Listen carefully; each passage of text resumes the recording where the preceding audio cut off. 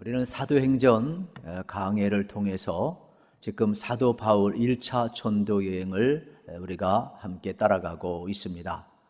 예루살렘 교회에 임한 성령의 역사가 땅끝까지로 증인들이라는 사명을 감당하게 됩니다. 그래서 핍박과 함께 흩어진 수많은 사람들이 여러분 땅끝까지로 복음을 전하면서 안디옥의 교회가 세워지게 됩니다. 여기에 바울과 바나바가 파송을 받게 되는데 성령님께서 특별히 이방 선교를 위하여 이 수리아 안디옥 교회에 바울과 바나바를 또다시 구별해서 선교사로 파송하게 합니다.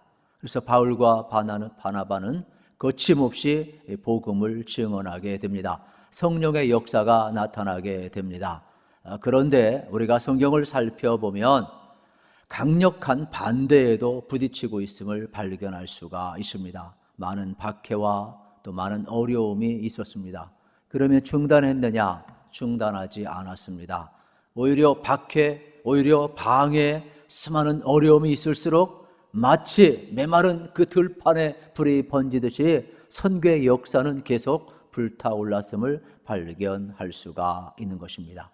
그래서 바울과 바나바는 성령 앞에 붙들려서 끊임없이 은혜의 복음을 전파하고 있어요. 그러면 오늘 우리도 마찬가지입니다. 여러분, 코로나로 많은 어려움이 있지만은 이거 핑계대고 우리 믿음의 행진 중단할 수 없습니다. 그래서 믿음은 중단할 수 없음을 우리에게 가르쳐 주는 겁니다.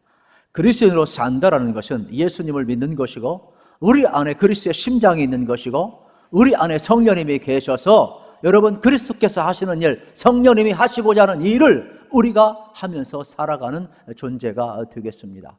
그러므로 여러분 가운데 좌정하신 우리 주님 또 성령님이 내주하셔서 여러분에게 다시 한번 이렇게 복음을 증언하며 복음 안에 살아갈 수 있도록 이끌어 가실 때 중단하지 마시고 여러분 코로나 핑계대지 마시고 환경 핑계대지 마시고 여러분 믿음의 길 끝까지 걸어가기를 우리 주님의 이름으로 축복합니다. 이러한 내용이 오늘 본문의 내용이에요. 그래서 제1차 전도 여행의 연장선에서 오늘 우리는 보아야 합니다.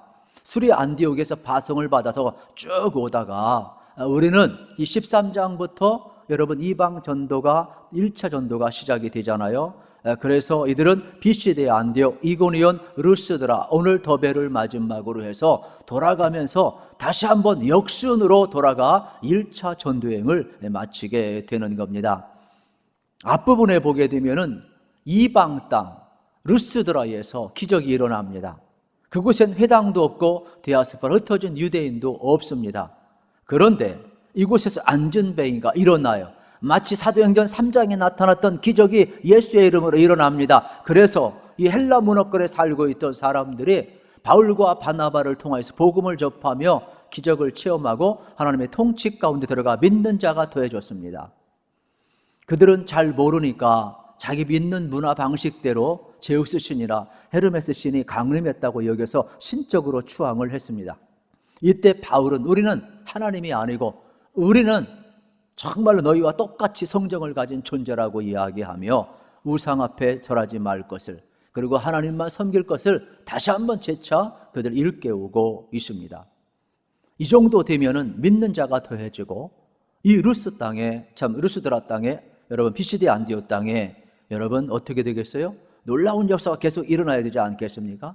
그런데 오늘 19절에 보게 되면은 참 악착같이 여기까지 따라온 유대인들이 방해를 합니다. 우리 한번 확인을 해보겠습니다. 유대인들이 안디옥과 이고니온에서 와서 무리를 충동하니 그들이 돌로 바울을 쳐서 죽은 줄로 알고 쇠로 끌어내치니라 말씀하고 있어요. 어디까지 왔어요? 지금 유대인들이요 이고니온에서 지금 이렇게 루스드라까지 다시금 또 오고 있음을 볼 수가 있는 거예요. 그러면서 돌로 치고 있어요. 여러분 돌로 친다라는 것은 유대인들은요 사형 언도를 내렸을 때 돌로 치는 거예요. 그리고 명백하게 율법에 어긋났을 때 이들이 하는 행동이었거든요. 그런데 지금 바울과 바나바는 이 비시디아 안디옥 또 루스드라 이곳에서 각각 복음을 증언할 때 그들이 돌에 맞아야 될 이유가 없어요. 오히려 추앙을 받고 오히려 영광을 받아야 될 존귀한 존재들인데 유대인들이 여기까지 와서 충동질을 하고 있습니다. 더 안타까운 사실은 뭔지 아십니까? 조금 전까지만 해도 바울과 바나바를 여러분 제우스 신이다, 헤르메스 신이 강림했다 이야기하며 여러분 손을 잡고 꽃을 바치며 제사를 드리려고 추앙했던 무리들이 갑자기 유대인들이 충동질하니까 돌을 들고 바울에게 돌을 던진다는 사실이. 사람들은요, 여러분 어떻게 이렇게 여기에 나오는 사람들만 그러겠습니까? 실질적으로 유대인들과 여기에 나와 있는 이 수많은 무리들이 자기 유익을 위해서 하루아침에 돌을 들고 던지고 있는 이 장면을 보면 우리가 무리를 이해하지 않고는 이 땅을 살아갈 수 없음을 보게 되는 겁니다. 사실 역사 가운데 속에서 악이 왜 이렇게 악순환이 계속 반복이 될까? 성경은 이야기합니다. 우리의 싸움은 혈과 육에 대한 것이 아니요 권세와 정사와 여러분 악한 영들과 어둠의 권세, 하늘의 여러분 악한 영들을 대항임이라고 말씀하고 있는 겁니다. 이것을 깨닫지 못하면 우리도 악순환을 계속 거듭할 수밖에 없습니다. 우리가 구원받았다고 하지만 우리의 싸움이 영적인 싸움인 것을 알아야 하지, 영적인 싸움인 것을 알지 못하면 우리도 신념에 따라 누가 충동질을 하면 얼마든지 돌을 들 수가 있고 던질 수도 있는 사람들입니다. 그러나 이것이 영적인 싸움인 것을 알게 되면 이 악한 세상에 살면서 우리는 하나님 앞에 무릎을 꿇을 수가 있습니다. 영적인 싸움은 내 힘으로 이기는 것이 아닙니다. 세상 만만하게 봐서는 안 되는 겁니다. 그러므로 오늘 우리가 하나님 앞에 무릎을 꿇고 하나님 신 그 힘으로 영적 싸움에서 우리가 이겨야 되는데 성령 충만하지 않고는 이길 수가 없습니다. 내 힘으로 이기는 것이 아니라 하나님이 여러분 역사하셔야 되는 겁니다. 그러므로 오늘 우리는 다시 한번 여러분, 오늘 우리가 믿음으로 산다, 신앙의 길로 걸어간다는 이 말은 누가 충동질한다고 해서 충동 나가는 것이 아니라 영적 싸울 준비가 되어 있다는 겁니다. 우리는 성령님을 의지합니다. 우리는 하나님을 믿습니다. 우리는 믿음으로 살아가는 겁니다. 그렇기 때문에 오늘 믿음으로 산다, 신앙으로 산다라는 것은 철저히 내가 하나님 앞에 나를 굴복시키겠다는 뜻이 되겠습니다. 그래서 사도행전을 성령 행전이라고 하는 것은 여러분, 오늘 우리가 하나님의 나라는 우리의 힘으로 이루는 것도 아닙니다. 복음 전파는 여러분 사람의 열정으로 할 수 있는 것도 아닙니다. 오직 성령의 충만함으로 성령이 하시는 일에 우리가 쓰임을 받게 되어 있는 것입니다. 그래서 그리스도로 산다는 것은 우리 안에 성령님이 계신 것입니다. 예수님이 계신 것입니다. 여러분, 그래서 그리스도의 사랑이 우리 가운데 자리를 잡고 이 사랑이 흘러 넘치는 것이 그리스도인들의 삶인 겁니다. 그래서 땅끝까지로 증인들한 이 사명 앞에 매어 살아가는 사람이 그리스도인이고, 이 일을 이끌어갈 때 성령님 앞에 쓰임 받는 게 우리 그리스도인임을 알아야 합니다. 이 일을 위해 우리가 존재하고 교회가 존재하고 있음을 우리는 명확히 알아야 되는 것입니다. 이게 사도행전이 오늘 우리에게 전해주는 내용이 되겠습니다. 20절 말씀을 보십시오. 제자들이 둘러섰을 때에 바울이 일어나 그 성에 들어갔다가 이튿날 바나바와 함께 더베로 가서 그랬습니다. 여러분 잘 보십시오. 바울이 일어났다, 이 말은 이미 앞절에서 바울이 돌에 맞아 쓰러졌다는 말이에요. 그런데 일어났다는 말은 다시금 성령님이, 하나님이 살리셨다, 이러한 말이에요. 이미 죽을 만큼 돌에 맞았어요. 그런데 일어났다는 것은 자기 힘으로 일어난 게 아닙니다. 하나님이 일으켰다는, 성령님이 일으켰다라는 거예요. 그런데 이 단어는 어떠한 단어냐? 예수님이 십자가에 못 박혀 죽으시 부활할 때 다시금 살아날 때 쓴 단어, 일어났다는 단어하고 똑같은 단어가 되겠습니다. 우리를 일으키시는 분이 누구냐? 하나님이세요. 성령님이세요. 저는 여러분들이 다시 한번 여러분 예수의 이름으로 일어나기를 축복합니다. 어떻게 안진뱅이만 일어나겠습니까? 여기 바울도 일어나고 있습니다. 예수님도 일어나고 있습니다. 오늘 우리도 마찬가지입니다. 우리 믿음이 일어나야 되는 것입니다. 성령님이 살려내고 있는 것입니다. 바울은 이 사건을 통해서 다시 한번 하나님의 살아계심을 경험하고 있습니다.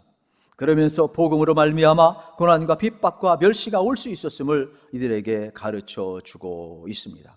그런데도 바울 일행은 움츠러들지 않습니다. 오히려 끊임없이 핍박 속에는 여러분 하나님이 함께하고 있음을 보여주고, 동시에 다시 한번 일어나서 그 성에 들어가는 모습을 보면 오히려 복음의 촉진자가 되어가고 있음을 볼 수가 있는 것입니다. 20절 말씀을 다시 봅니다. 제자들이 둘러섰을 때에 바울이 일어나 그 성에 들어갔다가 이튿날 바나바와 함께 더베로 갔다 그랬습니다. 멈추지 않고 또다시 더베로 가고 있는 장면을 보게 되는 것입니다. 그렇습니다. 여러분, 이들은 제자로 삼기 위해 다시금 그 성에 들어가고 또 다른 지역을 향해서 가고 있는 거침없는 모습을 보게 됩니다. 그러면 왜 그 성에 들어갔을까요? 단순히 제자만 삼기 위함일까요? 아니에요. 그 이상이에요. 여러분 22절, 23절에 보면 목적을 이렇게 이야기를 하고 있습니다. 제자들의 마음을 굳게 하여 이 믿음에 머물러 있으라 권하고, 또 우리가 하나님의 아들의 하나님 나라에 들어가려면 많은 환난을 겪어야 할 것이라 하고, 각 교회에서 장로들을 택하여 금식 기도하며 그들이 믿는 주께 그들을 의탁하고 그랬습니다. 바울이 다시금 더베를 마지막으로 역순으로 지금 돌아가고 있거든요. 루스드라, 이고니온, 비시디아, 안디오 쭉 밤빌리아 쭉 해가지고 수리아 안디옥으로 돌아가잖아요. 왜 그럴까요? 그것은 다시금 복음을 전하면서 제자를 삼고 그 예수 믿은 그 사람들의 마음을 굳게 하기 위해서라고 이야기를 합니다. 여러분, 환난 앞에 장사가 어디 있어요? 마음이 다 흔들립니다. 그런데 바울은 다시 한번, 여러분, 바울이 환난과 핍박을 받고 그 마을을, 그 도시를 떠났을 때 예수 믿는 사람들이 궁금했을 것입니다. 과연 바울과 바나바 일행은 끝까지 견고하게 믿음을 지키고 이 선교의 길을 걸어갈 수 있을까? 여러분, 개인이나 공동체나 신변의 위협이 왔을 때 환난을 이겨내기가 얼마나 어려운지 잘 알잖아요. 그렇기 때문에 바울은 인간의 약함을 알기 때문에 다시금 돌아가서 그들의 마음을 지금 굳게 하고 있습니다. 우리도 마음이 흔들리면 삶을 유지하기 어렵습니다. 믿음을 유지하기 어렵습니다. 그래서 우리 마음을 굳게 하는 것이 얼마나 중요한지 모릅니다. 그뿐만 아닙니다. 여러분, 오늘 성경에 보면 믿음에 머물러 있으라 이야기를 하고 있습니다. 이 믿음 위에 머물러 있으라. 물론 여러분, 머물러 있으라는 말은 한두 번 머무는 것이 아니라 계속해서 머물러 있으라는 그러한 여러분 진행형 또 계속성을 이야기하고 있습니다. 그러면 우리의 마음, 이 심령, 우리의 영혼을 굳게 해서 믿음 위에 굳게 서 있으라는 이 말을 잘 기억해야 합니다. 신앙은 우리의 생각이 아닙니다. 신앙은 우리의 지식이 아닙니다. 그러니까 우리는 믿음 위에서 여러분 마음을 굳게 할 때, 심령을 굳게 할 때, 영혼을 굳게 할 때 우리는 승리할 수가 있음을 우리에게 가르쳐 주고 있는 것입니다. 오늘 성경은 분명히 이야기를 합니다. 여러분, 바울이 이렇게 어려움 가운데 있는 성도를 다시 한번 뒤돌아가서 마음을 굳게 하고 믿음 위에 굳게 세우고 있음을 볼 수가 있습니다. 잠언 4장 23절 기억하시죠? 무릇 지킬 만한 것들 중에 더욱 내 마음을 지키라. 생명의 근원이 이에서 나면이라. 여기 마음이라는 것은 심령, 영혼을 가리키는 거예요. 그래서 여러분의 심령이, 여러분의 영혼이 굳게 설 때 여러분, 우리는 흔들리지 않을 수가 있는 겁니다. 고린도후서 4장 16절 말씀을 기억하시죠? 우리의 겉사람은 낡아짐 우리의 속사람은 날로 새로워지도다 그랬어요. 세월이 흘러가면서 우리는요 다 몸이 망가지는 거예요. 그건 정상인 거예요. 그래서 나이 드시면 약반, 그냥 음식반 먹고 사는 거예요. 정상인 거예요. 그걸 억울해할 필요가 없어요. 그러나 우리의 속사람은요 날마다 강건해진다고 그랬어요. 저는 이 시간 하나님께서 여러분과 함께 하시고 성령의 능력이 충만해서 여러분의 심령, 여러분의 영혼이 강건해지는 복 받기를 축복합니다. 이 은혜가 우리 가운데 날마다 넘쳐날 때 우리는 날마다 새로운 삶을 우리가 살아갈 수가 있는 것입니다. 또 바울은 환난에 대한 두려움을 거두게 하고 있음을 우리에게 가르쳐 주고 있습니다. 하나님의 자녀가 되었다는 것은 당연히 환난이 온다라는 겁니다. 어떻게 세상과 여러분 하나님의 나라를 우리가 동시에 소유할 수 있겠어요? 그렇지 못해요. 그래서 누구든 예수를 믿으면 자기를 부인하고 예수를 따라가야 돼. 자기를 부인하는, 자기를 깎는 아픔이 있는 거예요. 죄악된 것을 끊어내는 그런 아픔이 있어야 거룩한 성품이 내 안에 자리를 잡는 거예요. 내 몸도 내 것이 아님을 깨닫는 것이 고난이에요. 그래서 바울도 우리가 암송구절 로마서 14장에서 말씀하자요. 우리는 뭐예요? 사나 죽으나 주님의 것이기에 살아도 주를 위해 죽어도 주를 위해 죽나니 사나 죽으라 우리는 주님의 것이라고. 내 몸이 내 것이 아닌 걸 알아야 돼요. 우리가요 어느 때 내 것이 아닌 것을 다 아느냐? 모든 거 다 내 것인 줄 알지만 내 것 다 잃어버리고 나서 아하 내 것은 아무것도 없다 깨닫는 날이 오거든요. 여러분 성령이 충만하게 되면은 여러분 죄악된 세상에서 누리는 것이 아무것도 아님을 깨닫는 날이 와요. 그것을 과감하게 버리는 것, 우리가 그토록 붙잡고자 했던 그러한 모든 것조차도 아무것도 아님을 아는 날이 온다니까요. 그래서 하나님 나라 백성은 예수 믿고 구원받은 것은 우리가 기대하는 삶과 다르다는 것을 지금 설명을 하고 있어요. 예수 믿으면 고난이 당연히 온다라는 거예요. 그래서 욥기서에 보게 되면은 우리 이야기하잖아요. 나의 갈 길을 여러분 오직 그가 아시나니 나를 단련하시는 내가 정금같이 나오는 거예요. 그래서 오히려 고난은 귀로만 듣던 하나님을 눈으로 뵙게 만드는 거예요. 그래서 오히려 고난 속에 더 진실하고 여러분 주님 앞에 더 매달리다가 주님 만나면서 우리의 삶이 더 순결하고 정금 같은 모습으로 나오게 되는 것입니다. 내가 사라지고 주님으로 충만할 때 우리는 비로소 하나님의 나라를 알게 된다라고 이야기를 합니다. 그러면서 바울은 자기가 환난 중에 즐거워하고 있대요. 그러면서 우리에게도 환난 중에 인내하고 즐거워하래요. 야고보서 1장 2절 4절에서 이렇게 권면합니다. 형제들아 너희가 여러 가지 시험을 당하거든 온전히 기쁘게 여기라. 이는 너희의 믿음의 시련이 인내를 만들어내는 줄 너희가 알미라. 인내를 온전히 이루라. 이는 너희로 온전하고 구비하여 조금도 부족함이 없게 하려 함이라 말씀하고 있어요. 그러면 바울은 환난을 자기는 안 당했나요? 얼마나 많이 당했는지 몰라요. 그런데도 주 안에서 기뻐하래요. 그가 당한 환난을 세 가지로 요약하면 이렇습니다. 첫째는요 고린도후서 1장 8절에 있는데 살 소망까지 끊어졌다라는 거예요. 여러분 살 소망까지 끊어졌다. 여기 40에 가만 하나는 매를 5번이나 맞았거든요. 보통 40대 이 태창으로 맞으면 죽어요 사람이. 39대를 이렇게 많이 맞았다는 것은 죽기 직전까지 갔다라는 거예요. 그리고 그가 복음을 전하면서 수많은 박해, 또 풍랑, 또 재난들, 그가 겪은 이 모든 여러분 아픔들은 힘에 겹고 살 소망까지 끊어질 정도였다니까요. 그리고 또 그가 당한 고난은요 육체의 가시. 그래서 고린도후서 12장 7절부터 9절에 보면 항상 3번씩 기도했는데 육체의 가시가 고쳐지질 않아요. 내 은혜가 좋게 돼요.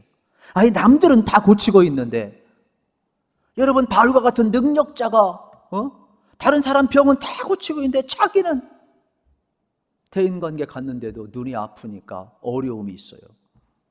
그래서 학자들은 안지르라고도 하고 간지르라고도 이야기를 해요. 이거 어려운 거거든요.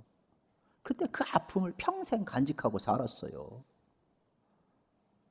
그리고 세 번째로 고린도후서 11장 28절에 보면 교회를 염려하면서 그 고통 가운데 살아갔어요. 바울은 하나님의 은혜의 복음을 증언하며 제자를 세우고 교회를 세웠는데 거기에 세워있는 성도들이 미끄러져 갈 때 여러분 성도들이 시험에 빠지고 믿음에서 떠났을 때 세상을 향해 갔을 때 너무나 고통스러워 교회의 고통을 짊어지고 살았다 이 말이에요. 그러면 바울이 겪은 이 고난은요 이루 말할 수가 없어요. 그런데 그가 이 고난 속에서도 포기하지 않고 계속 갔던 이유는 로마서 8장 18절에서 고백하는 것처럼 현재의 고난은 장차받을 영광에 비하면 아무것도 아니라 그랬어요. 여러분 스데반 집사가 왜 순교하면서 여러분 그의 얼굴이 천사얼굴처럼 빛났을까요? 하늘이 열리고 보호자의 우편에 우리 주님이 일어서서 응원하는 것을 본 거예요. 하늘의 영광을 본 거예요. 여러분, 우리 주님이 여러분과 함께함을 꼭 믿으시기를 우리 주님의 이름으로 축복합니다. 그래서 믿음 위에 굳게 서 있어야 하는 것입니다. 그때 24절 26절에 보면 놀라운 일이 벌어지는데 모든 성도와 교회들을 하나님의 은혜에 맡겼다라고 이야기를 합니다. 여러분, 수리아 안디옥에서 더베 오기까지 하나님 은혜에 맡기고 전도를 했습니다. 그리고 더베에서부터 역으로 돌아가서 수리아 안디옥까지 가는 동안에도 하나님의 은혜에 맡겼다라는 겁니다. 이건 뭘 의미하느냐? 복음을 전할 때에도 은혜의 복음을 전했지만 성도를 다시금 굳게 세우고 돌볼 때에도 하나님 앞에 맡겼다 이 말이에요. 그러면 오늘 우리도 마찬가지죠. 여러분, 우리가 신앙생활할 때 여러분 기도 뭐예요? 하나님 앞에 우리가 구하지만 결국 하나님께 다 맡기는 것 아니겠습니까? 우리 전도할 때도 마찬가지잖아요. 우리 전도대 형제를 위해 기도하잖아요. 하나님, 저 영혼을 맡깁니다. 하나님, 저 영혼에게 예수의 십자가 사랑이 들어가길 원합니다. 저도 구원받길 원합니다. 저도 천국 백성이 되길 원합니다. 하나님의 사람이 되길 원합니다. 우리가 기도하고 하나님께 맡기잖아요. 선포할 때도 맡기고 다시금 돌아가서 그들을 돌볼 때에도 맡기고 있는 거예요. 그러니까 오늘 우리의 신앙은 뭐예요? 전부 하나님의 은혜 가운데 살고 하나님의 은혜에 맡기는 게 신앙임을 우리에게 가르쳐주고 있습니다. 그리고 마지막으로 27절 28절에서 이렇게 보고를 마치고 있습니다. 같이 한번 읽겠습니다. 그들이 이르러 교회를 모아 하나님이 함께 행하신 모든 일과 이방인들에게 믿음의 문을 여신 것을 보고하고 제자들과 함께 오래 있으니라. 아멘. 여러분, 지금 안디옥 교회 가서 보고를 하고 1차 전도여행을 마치는 내용이에요, 오늘 본문이. 그런데 여기에 내용에 보게 되면은 교회를 모았다 그랬어요. 교회가 뭐냐는 거예요. 교회는 템플의 개념을 뛰어넘는 거예요. 빌딩의 개념을 뛰어넘는, 건물의 개념을 뛰어넘는 거예요. 그래서 신약 성경에서 교회는 여러분 성령을 모신 하나님의 전, 우리 모든 각자 한 사람 한 사람이 성령을 모셨기 때문에 하나님의 전이 되는 거예요. 그래서 불러내서 모은 사람들, 나를 깎는 그러한 아픔을 통해서 예수를 주로 고백한 사람들, 믿음에 굳게 서 있는 사람들, 이 성도의 모임이 교회라 이 말이에요. 그러니까 지금 철저하게 교회가 교회를 불러 모으고 있음을 오늘 우리에게 보여주고 있는 내용이 되겠습니다. 그래서 환난 가운데 속에서 소아시아에서 행했던 모든 일들을 지금 보고하고 있어요. 여러분이 보냈지 않습니까? 하나님이 나와 함께 했습니다. 이방 지역에 전도의 문이 열렸습니다. 그리고 그들 속에도 구원이 일어났습니다. 그들 속에도 제자가 일어났고 교회가 세워졌습니다. 성령의 역사가 있었습니다. 수많은 환난과 박해가 있었지만은 하나님의 도우심과 여러분의 기도로 나는 여기까지 다시금 왔습니다. 여러분이 잉태했던 이 교회가 이제 이방 땅에 출산을 했습니다 라고 이야기를 하는 거예요. 그러면 교회 왜 모이느냐? 우리에게 명확하게 가르쳐 주는 겁니다. 교회에 와서 우리는 교회를 잉태하기 위해서 교회에 오는 거예요. 그리고 세상에 왜 나가느냐? 세상에 나아가서 여러분 교회를 출산하기 위해서 나간다는 사실이에요. 저는 우리 교회가 이렇게 사도행전적인 교회로 교회를 잉태하고 흩어져서 교회를 출산하는 귀한 은혜가 있기를 축복합니다. 이 일은 성령님이 하시는 겁니다. 그러므로 우리 안에 성령님이 있음을 믿어야 합니다. 여러분, 선교는 성령님이 하시는 거예요. 그래서 선교적 교회라는 것은 하나님이 하시는 선교에 우리가 쓰임을 받는 거예요. 교회가 어떤 성장을 위한 도구가 선교나 전도가 아니라는 거예요. 하나님의 본질이라는 거예요. 성령님이 주도하신다라는 거예요. 우리는 그의 도구라는 거예요. 그러므로 어떤 환난과 핍박과 어려움이 있을 때 멈추지 말라고 이야기를 하는 겁니다. 하나님이 하시는 일에 저도 그렇고 여러분도 그렇고 우리 교회도 그렇고 다시 한번 크게 쓰임 받을 수 있기를 우리 주님의 이름으로 축복합니다.